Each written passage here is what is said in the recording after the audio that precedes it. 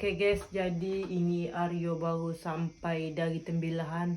Sampai ke rumah sekitar jam 5 lewat. Sana rumah, suami dah tolong sapu tadi, kita ngemas belakang. Jadi ini kita oleh-oleh dari Tembilahan, ada rambutan, limau, kacang, telur puyuh. Itu kita dah kasih powder, ini untuk kita berdua je lagi.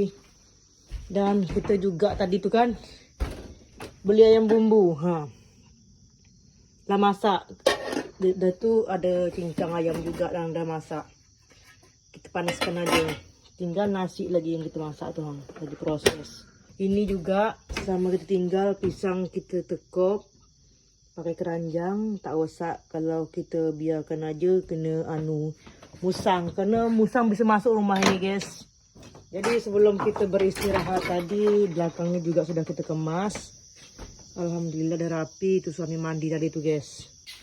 Kawasan depan sudah suami sapu. Tu kuih raya masa kita hidangkan. Dan depan dia tengok.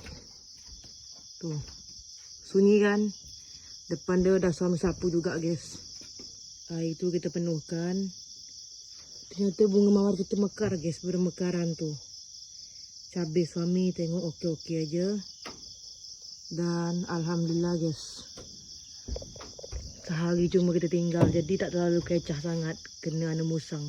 Musang masuk cuma dia makan pisang awak aja. Beraya kita edang aja kerana masih ada orang beraya guys. Kemarin penuh kan luak, tandanya orang beraya sini. Memang tetangga jauh guys, tapi insyaAllah ada aja tamu kita. Nih, pemandangan kita sunyi, senyap. Tu mapa udah. Semenjak ubi Aryo kena gali babi ya, nampak mapa udah. Kau udah lagi nonton agaknya. Tengok dengar suara jangkrik. Inilah keadaannya guys kalau di malam hari. Dia ada suami tengok tu. Dah mulai tumbuh.